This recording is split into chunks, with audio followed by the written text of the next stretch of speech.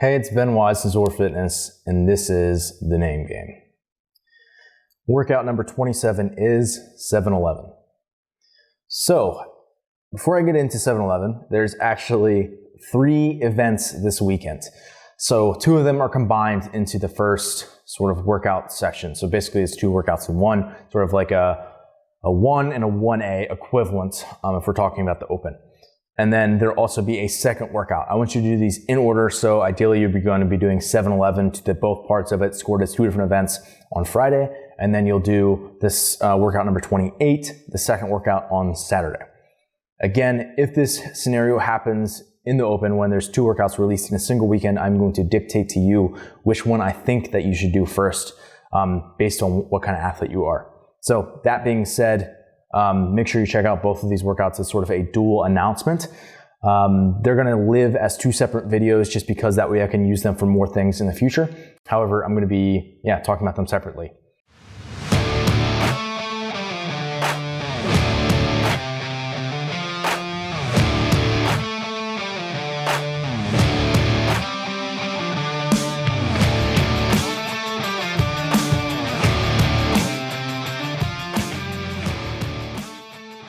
So 7-11 is 7 rounds for time with a 24-minute time cap. We have 16 dumbbell step-ups, 24 inches, 20 inches for males and females, 50 pounds, 35 pounds respectively. 11 toes to bar, 7 burpees to a 8-foot or 7-foot target. And then on that same clock and whatever time you have remaining, if you have time remaining, you will establish a 1 rep max clean and jerk as your second scored event for the weekend. Movement standards before we get into the logistics of the workout. The dumbbell step-ups, pretty simple, both feet on the ground, both feet on top. You must extend your hip fully at the top before you come down. Big thing here is that you can hold that dumbbell, that single dumbbell, however you would like to hold it. So you could hold it with one arm like this.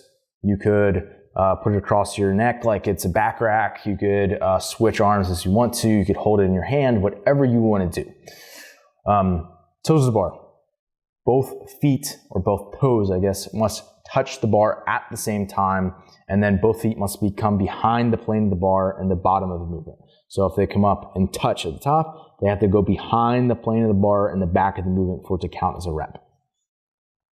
The burpee to a touch. You can use whatever implements or target you would like to use. It could be a pull-up bar, a ring, a line on the wall, which I wouldn't suggest really just because it's out in front of you a little bit. It's kind of awkward to do that, but whatever you want. I'm going to use the rafters in my garage because I know it's exactly 8 feet.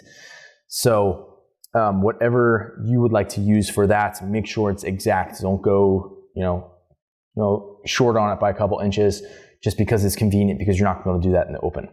And then lastly is the clean jerk standard.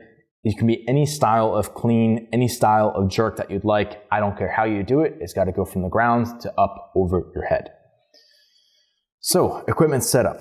So for one, this could be different. If you're using like the bar that you're going to be using your toes to bar also as your burpee target, then you really only have 2 implements.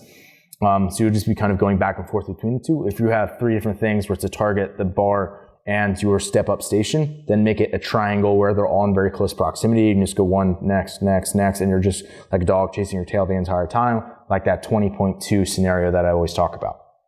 Again, pretty simple in terms of the workout flow. You're going to go through your step-ups, then you'll go to the bar, and then you'll go to your burpees. The biggest thing here is the burpees and the step-ups. Both of those are movements where you can very easily manipulate the cycle speed on that. So in other words, it's easy to speed up a burpee or slow down a burpee and have it be more or less taxing. Same thing with the step up, especially with it being weighted. If you really try to go through those quickly, they're going to blow you up. Whereas if you take them a little bit slower, a little bit more methodical, they're going to be much less taxing. So I'd use those 2 to really pace based on your toes to bar capacity. So if you know that you're going to have no problem hitting 77 toes to bars in a workout in, definitely sub 24 minutes, then by all means, get a little bit more aggressive with your rep scheme there. And, again, if you're like a sanctionals level athlete who should be doing the toes to bar unbroken or is allowed to, because most other people should not be doing that. If you're not at that level, I wouldn't recommend doing it. Then certainly you can begin to speed up the cycle speed of the burpees, begin to speed up the cycle speed of the step-ups and then just continue to move well through the toes bar. I don't recommend trying to speed up the toes bar. I don't think that's a good bang for your buck at all. Again, if you're someone who you don't actually finish the first event, so you don't finish the 7 rounds for time in the 24 minutes, then your score for the second event is 0 because you didn't lift any load. So how you're scoring it, if you finish all the workout or the entire first part, your event 2 score has the weight that you lift in pounds. So if you're in kilos, you have to convert to pounds. It's not just because I live in America. It's because that's what CrossFit does. So that's what I want you to practice doing. So other thing is you can have that bar preloaded. So in other words, maybe I think, I am barely going to get done with this workout, or I hope to get done with this workout in the 24 minutes.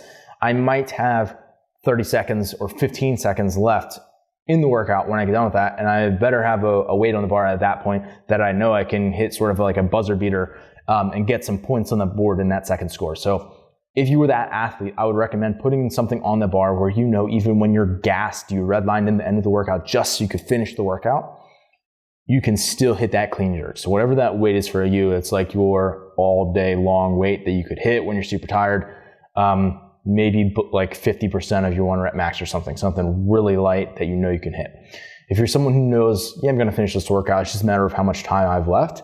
If you're in that scenario, then I would really think about, I want 2 different game plans here. So event or sort of scenario 1 where things go really well and I have a little bit more time, and maybe I can change into lifters. I can take maybe 4 or 5 attempts, with my first one being much lighter, like 70%, maybe 80%, 88%, 94%, somewhere in that range, or it could be, I have less time. I'm not going to change into my lifters. I'm going to stay in my flats and I'm going to hit 80%, 85%, and then like 91% as my final one or something, and try to figure that out. One of the things that I obviously have to know is like when I'm tired, what percentage of my max can I hit? For like me, I know I can hit anywhere from like 96 to 98% of my 1 rep max, as long as I'm not super trashed in a workout after like a metabolic piece. For most of the elites, anything above 94% is great in terms of efficiency, but a lot of people not even be able to hit 90%. So it's really individualized. You need to know that ahead of time.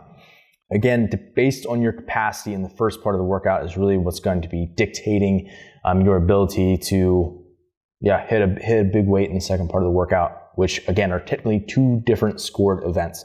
So if you know you're weak relative to the field, you might want to really try to prioritize and get the most, the biggest lift that you can on the second part, and maybe just save just a little bit in the tank for that first part, where you might not do that if you're someone who's a really strong dude or gal who's already gotten in the top portion. So anyway, those are my thoughts. That's the first 2 events technically smushed together of the weekend. This will be Friday, and then workout number 28, which I'll link to below, and you'll also see at the end screen of this video, will be for Saturday. So again, if you're someone who's not signed up for the protocol, you can do that and get a 7-day free trial if you go over to ZOARfitness.com/pro. So I hope you check it out, and best of luck on 7/11.